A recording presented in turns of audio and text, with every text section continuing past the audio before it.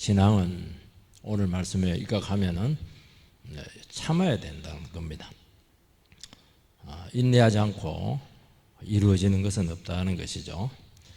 우리나라의 발전한 원인 중에 국민성 중에 빨리빨리가 있습니다. 외국에 온 사람들이 이게 제일 적응이 안 된다고 그래요. 우리 커피 타임 되고 이렇게 하면 막 커피 시간을 막 누리고 싶은데 한국 사람들은 지금 뭐 벌써 그 앞을 생각한다는 거예요. 근데 빨리 먹고 그냥 빨리 가서 그냥 그때도 머리가 팍 돌아간다는 거예요. 그 순간을 충분히 누리지 못한다. 전체를 생각하고 앞일을 생각을 하고 이렇게 하니까 뭐 일은 잘 돼서 발전이 된 것 같아요. 그런데 원래 우리나라 민족이 그렇지가 않습니다. 우리나라는 은근과 끈기의 나라죠. 바라락 끓는 냄비형보다는 뚝배기 같이 화로에 있는 거 뚝배기 같이 된장찌개 같이 그렇게 이런 형을 선호를 했습니다. 저는 우리 그 어머니들에게 제일 기억에 남는 게 밥은 뜸을 잘 들여야 그 끝판에서 맛이 난다는 거예요. 뜸 들이는 그게 실력이라는 겁니다. 그게. 그리고 우리나라 사람들은 빨리 잘 되는 거 좋지 않다. 사람은 겪을 걸 다 겪어가면서 대기만성형이 돼야 된다. 큰 그릇은 역시 많이 연단을 받을 때 큰 그릇이 되는 것이다. 이제 원래는 그랬는데 이 사회가 바뀌면서 우리나라가 아주 불안정한 사회가 되면서 여기 조금 많이 상황들이 좀 바뀌게 되었습니다. 세상 사람들도 참아라, 인내해라 하는 것도 있고 기독교도 이제 인내의 종교입니다. 교회 생활 해보고 이렇게 하면은 최고로 참 묵직하고 우리식으로 말하면 내공이 있다고 할까요? 그런 분들은 보면 이제 냄비형보다는 확실히 찌근덕하게 늘 그 자리에 그 모습 가운데 자기 자리 지키면서 말없이 쭉 가시는 분들이 계십니다. 이런 분들은 정말 내공이 강하다는 것이죠. 세상의 인내의 그 출처는 자기 내면에서 나오는 겁니다. 뭐 악이든 깡이든 잘 참은 의지력이 이제 강한 거죠. 참는 의지력이. 근데 기독교 신앙의 인내의 힘은 내부에서 나옵니다. 내부가 외부에서 나오는 거예요. 내면도 있지만 내면이 필수적이지 않고 외부에서 온다고 하는 것은 뭐냐? 신앙의 힘에서 온다는 거예요. 하나님 바라보고 말씀을 의지했더니만 하나님께서 새로운 힘을 주셔서 그 모든 상황을 다 견디게 하고 이기게 하고 결국 승리하게 해서 영광 가운데 서게 되었다. 이게 이제 신앙의 힘이거든요.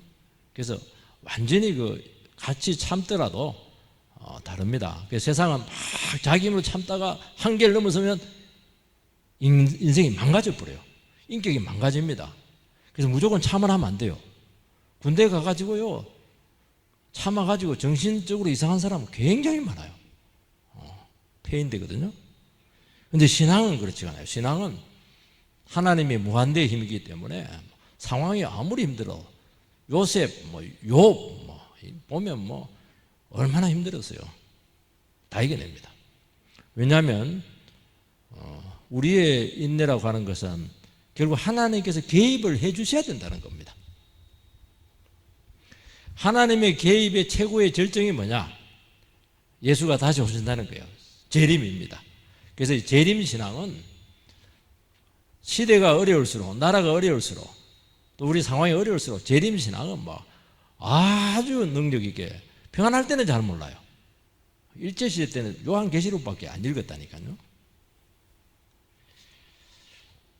여기서 나온다는 겁니다. 하나님의 개입이 있게 하려면 어떻게 해야 되는가 하는 그런 문제인데 우리에게 일어나는 그 모든 상황들을 신앙적인 시각에서 바라봐야 돼요. 하나님은 어떻게 봤을까? 하나님하고 마음 맞으면 하나님이 개입하는 거예요. 근데 하나님 없이 막 그냥 아무리 신앙인이라도 하나님 없이 막 그냥 원망불평하고 이래버리면 더 상태가 안 좋아집니다. 그래서 오늘 우리가 이 신앙 어떻게 하면 정말 하나님께 상 받는 인내의 상을 받을 거 아닌가. 네 가지를 간단하게 설명합니다. 첫 번째는 우리의 모든 인내의 근거는 주님이 다시 오심에 있다 하는 것입니다. 7절 말씀을 읽어보면 그러므로 형제들아 주께서 강림하시기까지 길이 참으라. 강림하시는 게 오시는 거거든요. 8절에 보면은 너희가 길이 참고 마음을 굳건히 하라. 주의 강림이 가까우니라. 9절에 보면 형제들아 서로 원망하지 말라. 그리하여야 심판을 면하리라. 보라 심판주가 문 밖에서 계시니라. 주님 자꾸 오신다는 거예요. 강림한다는 것은 위에서 내려온다는 것이거든요. 심판주가 문 밖에 있다는 거예요. 와 있다는 거예요 지금. 예수님께서 처음 초림하실 때는 구속주로 오셨고 재림하실 때는 심판주로 이 땅에 오십니다. 그래서 구원할 자를 구원하고 심판할 자를 심판하고 상줄 자를 상주는 것입니다. 그리고 주님은 언제라도 오실 수가 있고 최종 오심은 아닐지 모르겠지만은 주님께서는 지금도 살아계시기 때문에 우리의 삶 속에 아주 깊숙이 개입하시고 우리의 삶을 이루어 가시고 마지막에만 심판하는 게 아니고 지금도 순간순간 찾아오셔가지고 도가 넘어서면 죄를 심판하고 믿음으로 산 사람들에게서는 하나님께서 영광을 주어서 그에게 상을 주고 지금도 여전히 개입하고 있습니다.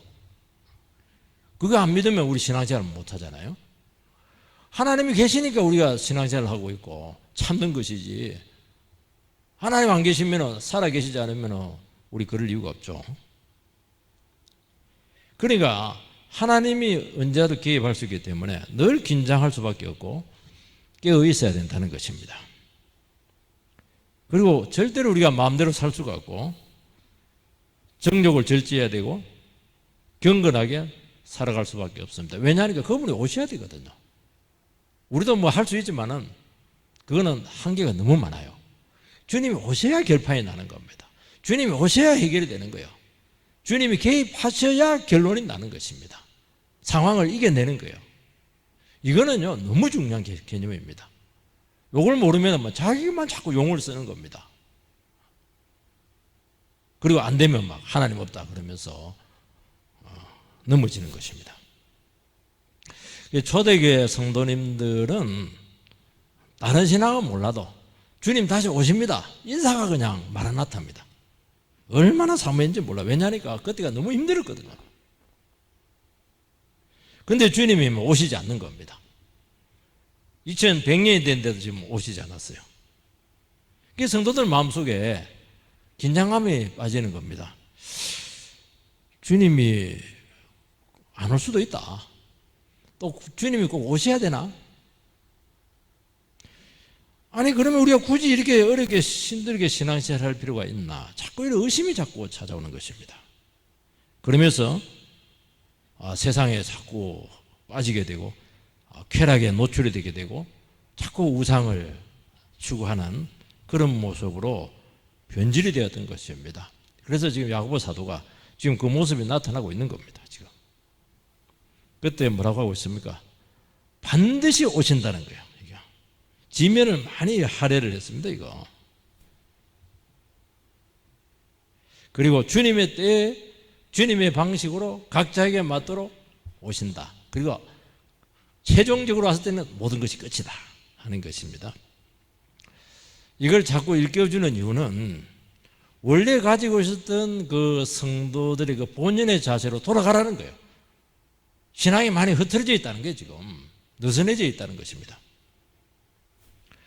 2차 세계대전 중에 결혼을 했어요. 부부가 결혼을 했는데 3주 만에 남편이 징병을 당합니다.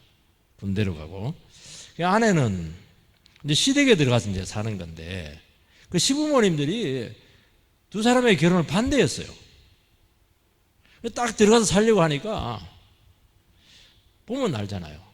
벌써 인상이 안 좋고 여기는 살 데가 못 되는 거예요. 그 2차 대전이 그렇게 하니까 갈 데는 없고 그래서 이제 남편한테 진지한 편지를 씁니다.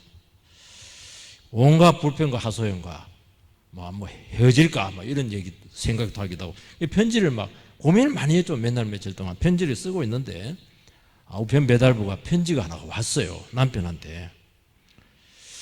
봉투를 쭉 뜯어봤는데 쭉 쓰고 나서 중요한 말은 제일 마지막에 하잖아요. 제일 마지막에 이제 추고 이렇게 해가지고 이제 쓰여지는데 뭐라고 쓰여진다니까? 우리가 할 수 있는 일이란 비행기가 오기를 기다리는 것 뿐이요. 우리는 참고 기다릴 수밖에 없어. 하나님이 계시오. 딱 세 마디였어. 딱 세 마디. 우리 같으면 뭐 끝까지 살아남아 그렇게 한 게 아니고 굉장히 신앙적이잖아요. 전쟁 상황에서 뭘 기다립니까?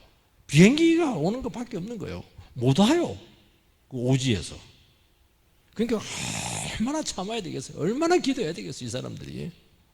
그렇지만 하나님이 계시오.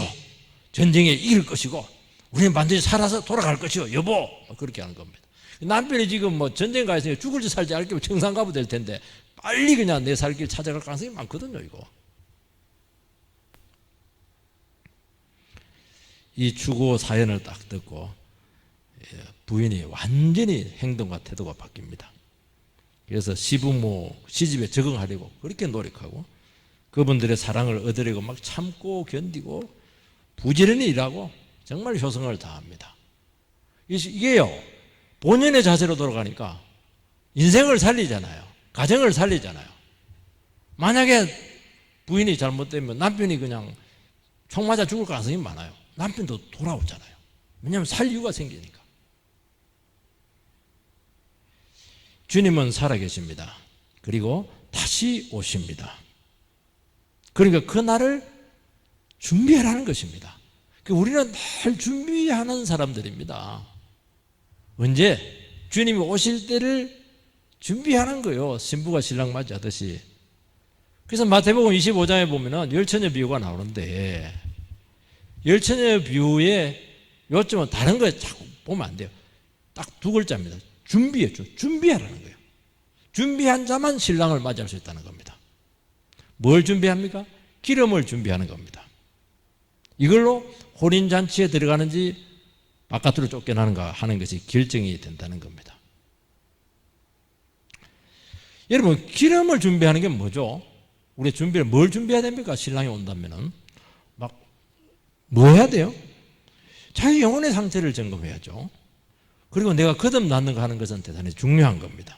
왜냐하면 천국에 갈 수 있을지 없을지 문제죠.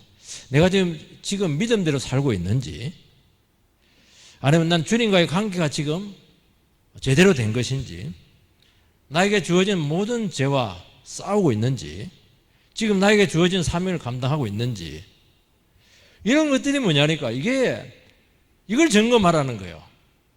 그걸 준비하라는 거예요. 그게 기름이에요. 미련한 다섯 처녀들은 자기도 준비를 했어요. 결혼식 준비한다고 막 찌짐이도 막 준비하고 막 등도 준비했는데 기름을 준비 안 했어요. 제일 중요한 기름을 준비 안 했어요. 아무리 등이 있어도 기름 없으면 무슨 소용이 있어요. 쉽게 말해서 영혼을 준비하지 않았던 것입니다. 여러분 이것이 너무 중요하다는 거예요. 우리도 마찬가지거든요. 자기 영혼 상태는 점검하지 않으면서 막 일하고 직장 생활하고 사람 만나고 엄청난 그냥 프로젝트를 하고 그게 뭐냐니까 미련한 다섯 처녀라는 거예요. 다 바빴죠 잔치 준비해야 되니까. 제일 중요한 것을 놓쳤다는 것입니다. 영혼이 준비되면은 다른 거는 훨씬 여유가 생깁니다.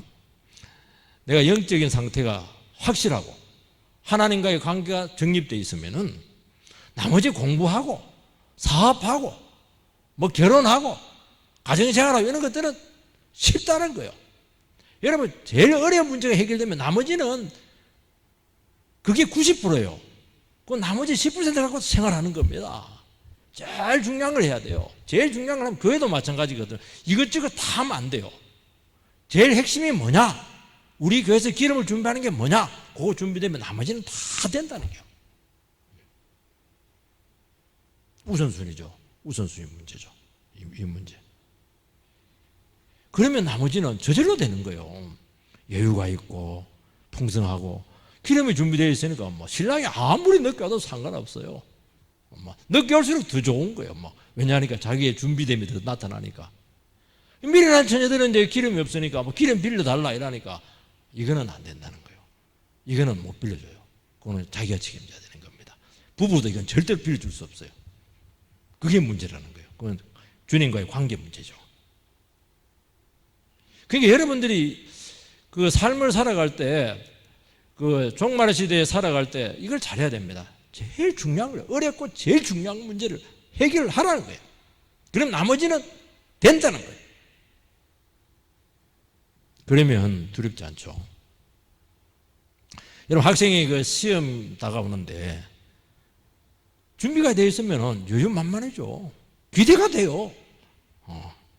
근데 준비를 안 하고 막 걱정만 하고 막 하면 시험이 다가올수록 막 불안해져 가지고 아는 것도 다 그냥 답을 쓰지 못합니다. 그러니까 망하는 겁니다.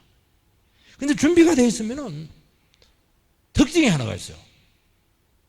아무리 상황하고 상관이 없어요. 자꾸 내 마음에 안정감이 옵니다. 그래서 주님께서는 우리를 하여금 얘가 준비가 됐나 안 준비되었나 이걸 점검을 합니다. 막 누가 찌르기도 하고 어려움 주기도 하고 이렇게 해서 그때 이제 우리의 모습이 나타나거든요. 그때 막 정말 내가 봐도 준비가 안 됐는데 하나님 봐도 얼마나 준비가 안 되겠어요. 하는 걸 보면 이거 완전히 이게 마귀 같아요. 그래서 우리를 하여금 빨리 준비하라는 거예요. 준비. 여러분, 영적인 우선순위가 딱 정해지면요, 할 일이 막 굉장히 많습니다. 영적인 부분이 막혀버리니까 할 일이 없어. 맹탕 텔레비 보고 막 맹탕 그냥 잡담하고 막 그냥. 여러분, 신앙계로 딱 눈이 뜨면요, 할 일이 우선순위가 10가지, 20가지 쫙 나와버려요. 얼마나 바쁜지 몰라요. 기도해야 되지, 그냥 예배 생활 해야 되지, 또 애들 키워야 되지, 뭐 얼마나 바쁜지 몰라요. 우리는 뭘 준비해야 됩니까? 우리는 각자에게 주어진 숙제가 있고 문제가 있죠. 그걸 전부 다 하나님과의 관계에서 풀어내라는 겁니다. 그러니까 내가 하고 싶은 것들 쫙 하고, 내가 놀고 싶은 건 다 놀고, 누리고 싶은 건 다 누리고, 욕심 부릴 걸 욕심 다 부리고. 언제 하냐는 언제 그냥 늘 간다간다하고 늘 위태롭게 살아가는 거예요. 영적 우선순위에 따라서 혼신의 힘을 다할 때 겨우 풀릴까 말까 합니다. 믿음의 원리로 주님의 시각으로 우리에게 주어진 모든 것들을 전부 다 해결을 해내시기 바랍니다. 그러면 지혜가 생깁니다. 막 지혜를 줘요. 고난을 믿음으로 이기고 사명을 감당하고 현재 살아가는 매 순간을 감사하고. 여러분, 매 순간 감사하는 게 쉽습니까? 매 순간 믿음으로 반응하고 화 안 내고, 그리고 죽음을 준비하고 주님 만날 준비하고 내 십자가를 지고. 여러분, 이 문제가 해결되지 않으면 우리의 다른 세상에 일어난 모든 일, 그 손에 잡히지 않는 게 그 정상이라는 거예요. 자기를 깨끗게 하려고 하다 보니까 우리는 또 날마다 십자가 앞에 나가고 예배 자리에 나오고, 비가 오는데도 막 이게 나와서 같이 예배 드리고 말이죠. 핑계거리가 얼마나 많아요. 예배 안 드릴 수 있는 핑계거리가 얼마나 많아요. 기도하지 말아야 될 이유가 얼마나 많아요. 근데 딱 이게 정말 중요한 게 뭔가 하는 사람은요, 정말 그렇게 못 살아요. 왜냐하면 주님 한번 딱 오면 기회가 없습니다. 문 닫히면 끝이에요. 이를 갈고 그냥 산 데 있어야 됩니다. 내가 더 변해야 되고. 그래, 주님께서는 어떻게 하냐니까, 우리 계속 막 죄짓고 이러면 또 계속 징계하고, 유혹 빠지고 이러면 못 가도록 다리를 분질러 버리고 말이죠. 그렇게 하는 겁니다. 우리의 숙제도 얼마나 벅차고 많아요. 우리는 남 바라볼 여유가 없습니다. 그래서 이 기다림, 하나님의 개입을 기다리는 이것은 그냥 무작정 기다리는 것이 아니고 숙성의 기회, 숙성. 여러분, 된장도 숙성해야죠. 우리나라 맛의 모든 비결 전부 숙성해서 숙성을 해야 돼요. 자꾸 숙성해. 변화가 없지만 내면적으로 어마어마한 변화가 오는 겁니다. 두 번째는 농부처럼 현재 처지에서 길이 참아야 됩니다. 7절 하반절 말씀을 보면은 보라 농부가 땅에서 나는 귀한 열매를 바라고 길이 참아 이른 비와 늦은 비를 기다리나니. 사람은 오랫동안 긴장할 수가 없어요. 그런데 신앙은 끝까지 긴장해야 됩니다. 이게 다릅니다. 세상에서 긴장하는 거는 안 돼요. 그래서 막 술도 먹기도 하고 막 그냥 오락도 하기도 하고. 그렇지 않은 데는 놀이를 하더라도 긴장하면서 놀이해야 돼요. 테니스를 치더라도 넋을 빼놓고 하면 안 돼요. 휴가를 가더라도 긴장하면서 휴가를 즐겨야 되는 거예요. 절대로 긴장의 끈을 놓쳐서는 안 되는 거예요. 그러면 반드시 사고예요. 여러분, 농사는 기다림입니다. 이 공산품들은요, 이 회전 주기가 굉장히 짧기 때문에 파동이라는 게 없어요. 농작물은 항상 파동이 일어나요. 배추 파동, 무 파동, 고추 파동. 왜냐하면 1년을 기다려야 되니까. 한 해 망쳐버리면. 그러니까 뭐냐니까 오랫동안 우리에게 주어진 그 삶의 자리에서 항상 같은 모습으로 있으면서 하나님을 의지하는 법을 배우라는 겁니다. 그게 농부의 자세예요. 기다리는 동안 얼마나 불안하겠어요. 비가 안 오면 어떡해. 그냥 우리가 비가 올 수 있는 능력이 있으면 상관이 없어요. 태풍이 불면 어떡해? 또 비가 오더라도 때가 맞아야 되잖아요. 너무나 많은 그런 외적인 변수들이 많다는 것입니다. 이 상황과 환경은 우리가 어찌할 수가 없습니다. 그러니까 길은 하나밖에 없는 겁니다. 하나님께 맡기고 막 기다리는 거예요. 그 자리에서 할 수 있는 게 아무것도 없거든요. 풀이나 뽑아줄까? 그 외에는 없잖아요.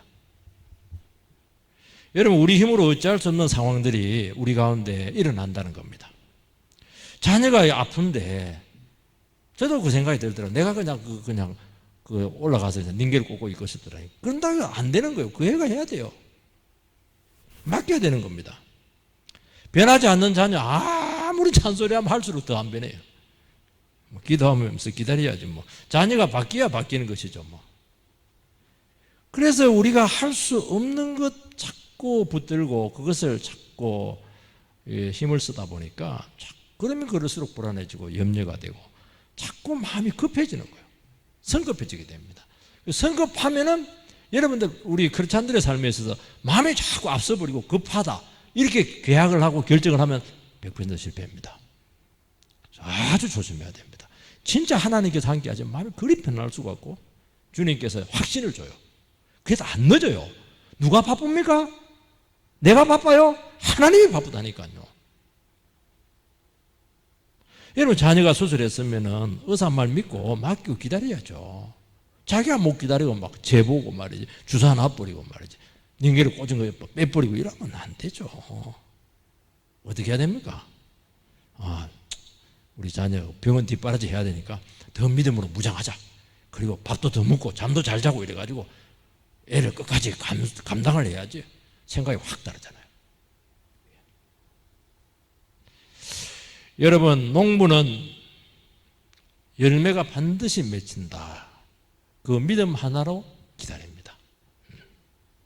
그래서요, 구약에서 나오는 최고로 안 좋은 게 뭐냐, 농사 다 지어놨는데 산적들이 와가지고 블레셋 오고 이래가지고 싹 가져가는 거 있어요. 그게요, 최고의 저주입니다. 하나님께서. 하나님 백성들에게 이런 일이 나타나거든요. 1년 내내 농사했는데 그것도 탈곡도 다 했어요. 창고에 다 넣어놔서 그걸 가져가는 거예요. 그게 최고로 고통스러운 심판이었어요. 농부는 이거 하나 믿고 기다리거든요. 그런데 열매 맺히는 게 이게 농부의 영역이 아니고 이거는 보이지 않는 세계에서 일어나는 겁니다. 그래도 가만히 있을 수 없으니까 믿음의 씨를 뿌리는 겁니다. 믿고 했는데 변화가 있고 반응이 없으면 그냥 실망이 되고 시간 낭비 아닐까 후회가 되는 거예요. 왜냐하면 이것은 시간이 지나봐야 알거든요. 그런데 시간이 안 지났는데 해야 되니까 힘든 겁니다. 믿음으로 하는 것이죠. 비가 오지 않을 것 같고 그래서 아무것도 안 하면은 빈손입니다. 비가 올지 안 올지는 모르지만 해야 돼요. 해야 돼요. 결과 생각하지 말고 포기하지 말고 약속 믿고 힘쓰라. 그리고 믿음으로 뿌린 것은 절대로 사라지지 않는다. 이것이 우리에게 주어진 약속인 줄 믿습니다. 그게 전부 다 인내는 믿음에서 나오는 거예요. 그러니까 기다리며 미래를 준비하는 것이죠. 여러분, 열매를 거두려면 반드시 시간이 필요하고 과정을 거쳐야 되는 것입니다. 하나님 나라에 있어서 단기간에 되는 거 없습니다. 그래서 신앙은 항상 결과보다는 과정을 중요시 여깁니다. 결과는 우리의 영역이 아니라는 거예요. 결과는 하나님의 영역이고 과정은 묶였다는 거예요. 과정은. 결과가 좋아도 과정이 안 좋으면 이것은 인정 안 합니다. 결과가 나빠도 어떤 경우에는 과정만 좋아도 하나님께서 그 자체를 열매로 받겠다는 거예요. 이건 믿고 어떤 열악한 처지 가운데서도 소망 잃지 않고 작은 일에 최선을 다해내는 겁니다. 이게 크리스찬의 힘이라는 것입니다. 8절 말씀, 너희도 길이 참고 마음을 굳게 하라. 주의 강림이 가까우니라. 여기 보면 길이 참고 이렇게 되어 있는데 생짜배기로 무조건 참고 기다리라는 것이 아닙니다. 절대로 그렇지 않아요. 열정을 가지고 소망을 가지고 기다리라는 겁니다. 열정이라고 하는 것은 열매에 대한 확신입니다. 하나님의 축복에 대한 확신이에요. 그런데 우리가 믿음으로 할 때 아무리 상황이 정반대일지라도 이상하게 믿음으로 하는 순간 확신이 생겨요. 소망이 생겨요. 기대가 생기는 겁니다. 이게 너무 놀라워요. 완전히 이제 부도이고 망했는데 그래도 막 노가다라도 가자. 이랬어야지. 노가다 딱 가잖아요. 하나님께서 일하고 있어요. 그것부터 시작이에요. 길이 열린다니까요. 그래서 우리가 믿음의 씨를 뿌리는 순간 벌써 결과들이 그려지기 시작해요. 재미있죠. 그래서 굉장히 재미있어요. 신앙생활이 얼마나 재미있는지 몰라요. 그래서 어려울수록 믿음을 쓰라는 겁니다. 이게 뭐라고 되어 있죠? 마음을 굳게 하라. 자꾸 흔들리니까. 일이 뜻대로 안 될 것 같으니까. 그러니까 마음에는 늘 부담이 있는 거예요. 짐이 있는 거예요. 책임은 많잖아요. 그 부담과 짐을 안고 마음을 굳게 해서 걸어가라는 겁니다. 상황 보지 말고 약속 붙들고 불신앙과 싸우고 계속 결단해라. 그러면 반드시 주님께 인정받는 그 날이 온다는 것입니다.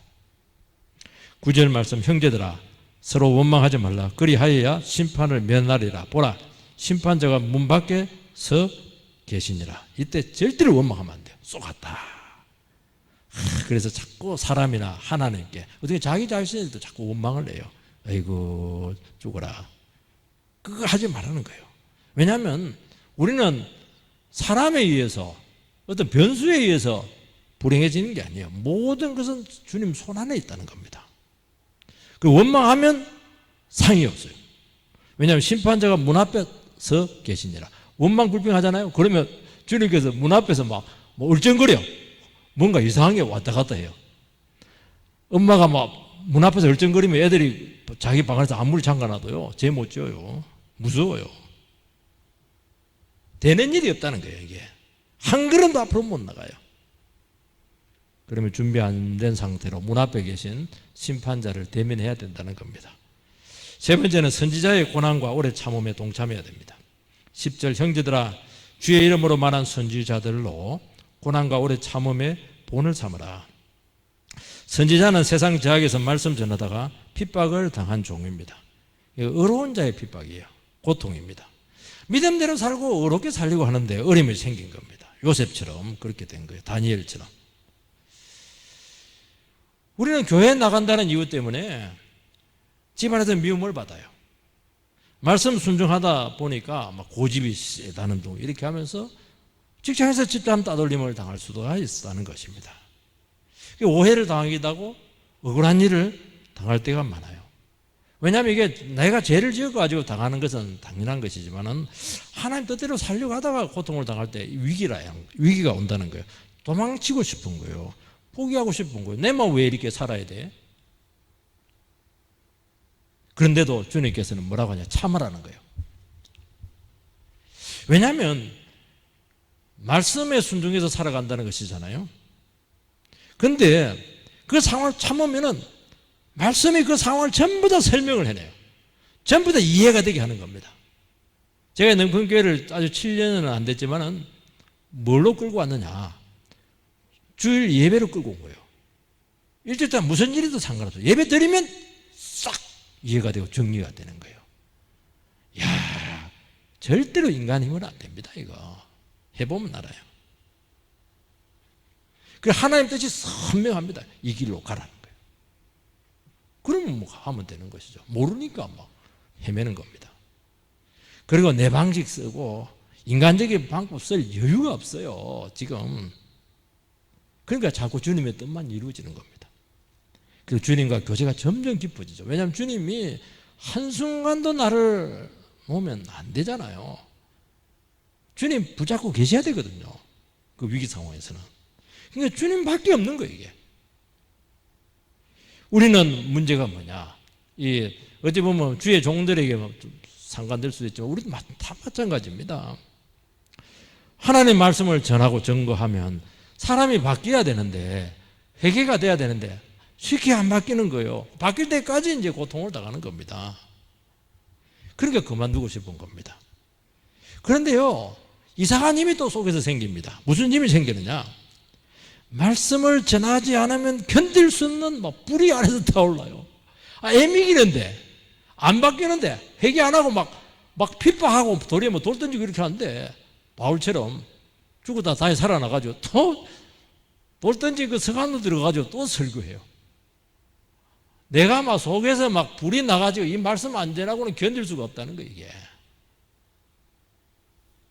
너희 영혼의 상태와 연약한 것을 보면서 막 영혼에 대한 막 열정이 막 확 살아납니다.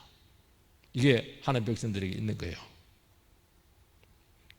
부부 중에 남편이 막 헤매고 막 엉망이고 이러면 막 아이고 이혼하자 그렇게 하는 나쁜 아내도 있지만 막 부족하면 부족할수록 막 그냥 막 속에 불이 나가지고 더 기도해야지만 더 그냥 책임져야지 막 불같은 열정이 생기는 아내가 있고 남편이 있다면 정말 괴로운자라는 거예요. 여러분, 선지자의 인내는 세상의 구원을 위해서 필요하다는 것입니다.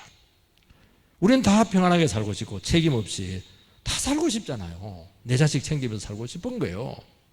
누군가 희생을 하고 죽어갈 때, 왜냐하면 자기가 먼저 봤으니까, 말씀을 아니까 그때 변하는 거예요. 역사가 일어나는 겁니다. 이 사람은 역사의 주인공이에요. 그렇게 영혼이 하나씩 하나씩 잉태되기 시작하는 것입니다. 그러나 그 싸움을 포기하는 순간 존재 이유가 없어요. 빨리 데려갑니다. 가치가 없는 거예요. 여러분, 제가 청산되고 하나님의 뜻이 성취될 때까지 핍박받으며 오래오래 참아야 되는 겁니다. 왜냐하니까 잘 안 바뀌거든요. 세상이 안 바뀌어요. 사람이 안 바뀌어요. 오래 그리고 영원히 안 바뀔 수도 있어요. 그래서 늘 애매하고 거북한 상태로, 거북한 관계로 가야 될지도 몰라요. 그래도 버텨내라는 거예요. 참아라는 거예요. 그 힘은요, 어마어마한 겁니다. 여러분, 인내라고 했는데, 농부들에 대해서는, 요 선지자에 대해서는 오래 참음이다. 또 말은 비슷한데 달라요. 인내는 이제 휘포모네, 헬라로 이렇게 되는데, 외적인 상황을 참는 겁니다. 주어진 환경을 참는 거예요. 우리 환경에 오면 그 밑에서 탁 내려가죠. 막 참아야 돼요.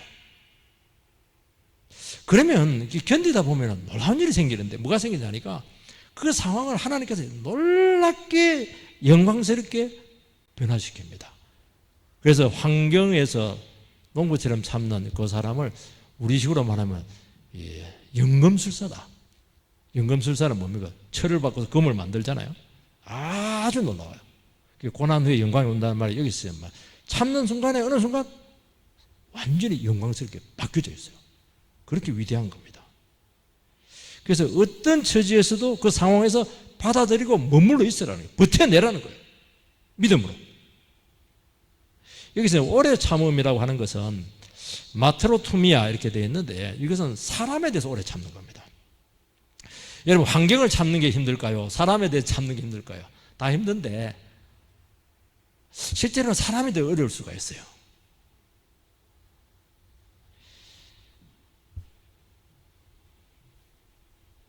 그리고 신뢰하고 희망을 잃지 않아야 된다는 겁니다. 사람은 안 바뀌잖아요. 늘 사람은 똑같아요. 괴롭히는 사람 늘 그렇고 그리고 또 찌르기도 하고 이렇다는 거예요.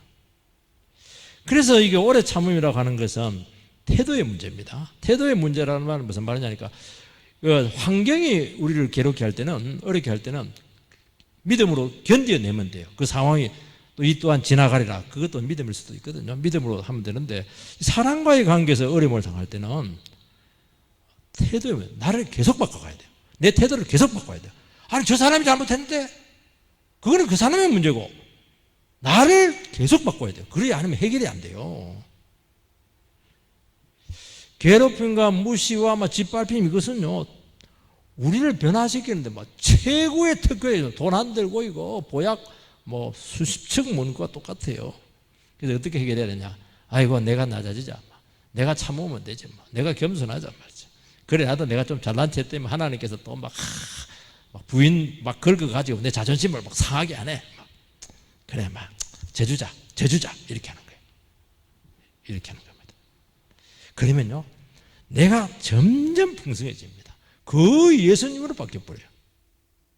그리고 반드시 사람에 대해서는 소망을 잃지 말아야 되고 끝까지 사랑해야 되고 기도해 줘야 돼요. 그러면 그 사람도 우리의 변화를 통해서 확 바뀝니다. 이게 하나님의 방법이에요. 얼마나 참 위대한 일을 우리가 하고 있는 겁니까? 반드시 그걸 실천하시기 바랍니다. 마지막으로는 욥인데 욥은 막 복이란 복은 다 받아버렸어요. 11절 보면 보라 인내하는 자를 우리가 복되다 하나니 부터 복이 나오잖아요. 너희가 욥의 인내를 들었고 주께서 주신 결말을 보았거니와 주는 가장 자비하고 긍휼히 여기시는 자신이라. 욥처럼 신앙 좋고 욥처럼 정말 경제적으로도 깨끗하고 자녀 잘 키우고 정말 종들에게 최선을 다하고 얼마나 대단한 사람이에요. 마귀가 시기해가지고 시험을 할 정도니까 얼마나 욥이 신앙이 좋아요. 근데 욥이 막 갑자기 평지풍파가 일어나가지고 세상에 인생이 겪을 수 있는 모든 고통을 다 당해요. 하나도 안 남았어요. 몸뚱어리 그래도 몸도 완전히 그냥 그 고통의 몸을 하나만 딱 남았어요. 부인도 다 떠나버리고. 인생 파탄이죠. 끝장난 거예요 이거는. 하나님이 어디에 있어요? 철저히 버림받았습니다.